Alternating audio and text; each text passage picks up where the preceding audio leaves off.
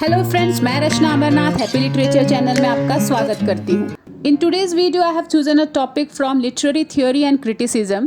Actually, it is an essay, The Death of Author, which is written by Roland Barthes in 1968. So friends, start करने से पहले आपसे request है, please मेरे channel को subscribe कर लीजिए और अगर आपको वीडियो अच्छा लगे तो इसे लाइक करना ना भूलें. And if you will do so, it will motivate me to make more and more videos on literature. So, The Death of the Author is a 1968 essay by the French literary critic and theorist Roland Barthes. In this, he argues against traditional literary criticism's practice of reading, which analyzes literary text on the basis of biographical context of an author and instead argues that writing and creator are unrelated. तो basically वो क्या कहना चाह रहे हैं, जो traditional way of reading होता है उसके ये अगेंस्ट है. तो फ्रेंड्स, अगर आप कभी भी लिटरेचर में एनरोल हो रहे हैं, लिटरेचर सब्जेक्ट में, चाहे आप ग्रेजुएशन कर रहे हैं चाहे मास्टर्स कर रहे हैं, तो आप डेफिनेटली अपने लेक्चरर से एक बात ज़रूर सुनेंगे कि आप कभी भी पोएट या फिर ऑथर के लिटरेरी टेक्स्ट को समझना है तो हमें सबसे पहले उनके बैकग्राउंड को समझना होगा. अब चाहे वो बायोग्राफिकल हो, सोशल हो, पॉलिटिकल हो, हमें उसको समझना होगा, तब जाके हम उनके लिटरेरी टेक्स्ट को समझ पाएंगे. तो बात यहाँ पे सिंपली ये कह रहे हैं, writing and creator are unrelated. किसी भी लिटरेरी पीस को समझने के लिए हमें ऑथर के बैकग्राउंड को समझने की ज़रूरत नहीं है. हमें मेनली जो है वो टेक्स्ट पर फोकस करना चाहिए कि टेक्स्ट क्या इंटरप्रेट कर रहा है. So the main argument of bath in this essay is that it is irrelevant to interpret text based on biographical information about the author. It imposes limits upon the text. Now let us see the main idea of this essay, The Death of the Author. So first let us understand the term author. Okay, in the general term, author means person who writes. But Roland Barthes, however, demonstrates different meaning of author. According to him, an author is not simply a person, but a socially and historically constituted subject. If you will read this essay, you will find that Barthes has tried to relate author, language, text, and reader in this essay. Now let us see why he has named this essay The Death of Author. What does it mean, the death of author? So in this essay, he takes different stands through which he announces the metamorphic death of author. Okay, तो यहाँ पे बात ये बोलना चाहते हैं कि जब एक बार ऑथर ने टेक्स्ट लिख दिया तो यहाँ पे ऑथर का डेथ हो जाता है. वो सच में नहीं मर जाता, लेकिन अब यहाँ पे ऑथर का कोई रोल नहीं है, कोई अथॉरिटी नहीं है उस टेक्स्ट के ऊपर. अब ये पूरा रीडर का काम है कि उस टेक्स्ट को वो कैसे इंटरप्रेट करे. ये नहीं सोचना है रीडर को कि ऑथर के इंटेंशंस क्या थे जब वो टेक्स्ट लिख रहा था, उसके दिमाग में क्या चल रहा था, उसका बैकग्राउंड क्या होगा, ये सब नहीं सोचना है. बल्कि टेक्स्ट को इतना डोमिनेंट होना चाहिए कि रीडर को अपने आप वो टेक्स्ट सिर्फ देख के, रीड करके ही समझ में आ जाना चाहिए, ना कि वो ऑथर के इंटेंशंस के बारे में सोचे. So here Barthes agrees that when the author writes the text, his voice is no more dominant in it. How the reader interpret the text is more important. Reader उस text को कैसे interpret करता है, कैसे समझता है, वो ज़्यादा इम्पॉर्टेंट है. Now let us read this and understand.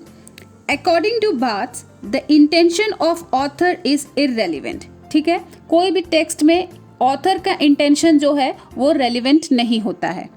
The work is not a replica of author's intention, and in the process of giving word to the thoughts, writer intentionally or unintentionally is involved in the process of meaning making on which he has written. There is no guarantee that author was successfully able to depict that in his work. तो यहाँ पे बात ये कह रहे हैं कि जो लिटरेरी वर्क होता है वो ऑथर्स के इंटेंशन का रेप्लिका नहीं होता. मतलब लिटरेरी वर्क ये नहीं हमें बताता कि ऑथर्स के इंटेंशन क्या है, लेकिन उसके बाद भी ऑथर इंटेंशनली और अनइंटेंशनली उसमें इन्वॉल्व हो जाता है, उसके इंटेंशंस उसमें इन्वॉल्व हो जाते हैं. अगर आप भी कोई टेक्स्ट लिख रहे हो तो आपके इमोशंस, आपके इंटेंशंस उस टेक्स्ट में आ जाते हैं. ठीक है, लेकिन ये ज़रूरी नहीं है जो रीडर इंटरप्रेट कर रहा है वो वही चीज़ इंटरप्रेट करेगा जो आपने सोचा है.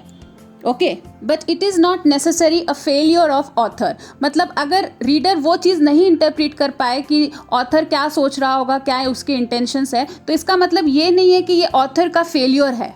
In fact it add beauty to the text due to various possible interpretation that it might offer।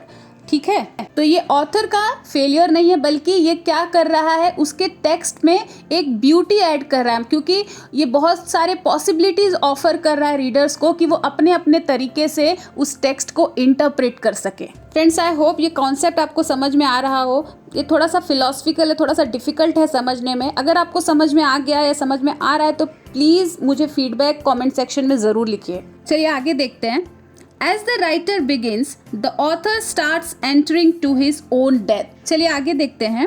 As the writer begins, the author starts entering to his own death। It is not writer who speaks in the text, but it is the language that do so। तो यहाँ पे बात क्या कह रहे हैं कि जैसे राइटर लिखना शुरू करते हैं वो अपने ही डेथ में एंटर कर रहे हैं। क्यों?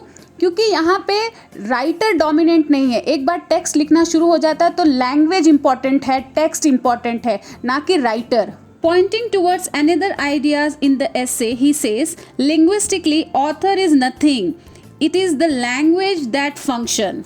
तो यहाँ पे बात क्या कह रहे हैं कि ऑथर का कोई इम्पोर्टेंस नहीं है, इम्पोर्टेंस है लैंग्वेज का। लैंग्वेज ही फंक्शन करता है। As soon as the author starts writing, he is dead, because when he writes, he has no control over the text, rather it depends on the interpretation of reader. An author is one who just holds the language and has no authority over the text and meaning. It encourages the reader for interpreting any text the way he likes। तो यहाँ पे क्या कह रहे हैं कि जैसे author लिखना चालू करते हैं तो उनका डेथ हो जाता है, तो जो लैंग्वेज है वो इम्पॉर्टेंट है, लैंग्वेज ही ज़्यादा फंक्शन करता है। और and author has no control over text and meaning. Author का टेक्स्ट और मीनिंग पर कोई कंट्रोल नहीं रहता, वो रीडर है जो टेक्स्ट को इंटरप्रेट करता है the way he want. So friends, let conclude this topic. In short, the main ideas of the essays, The Death of the Author, is that Barth questions the authority of the author and gives more importance to language, text and reader। So friends, इस video में बस इतना ही। I hope ये concept आपको clear हो गया। अगर आपको वीडियो अच्छा लगा है तो प्लीज़ इसे लाइक करना ना भूलिए, साथ ही साथ चैनल को सब्सक्राइब कर लीजिए और मुझे कमेंट सेक्शन में फीडबैक ज़रूर दीजिए कि आपको ये वीडियो कैसा लगा। और अगर आप ऐसे ही कुछ और टॉपिक्स पे वीडियो चाहते हैं तो वो भी आप कमेंट सेक्शन में लिखिए। तो मिलते हैं मेरे नेक्स्ट वीडियो में, तब तक के लिए आप अपना ख्याल रखिए। बाय।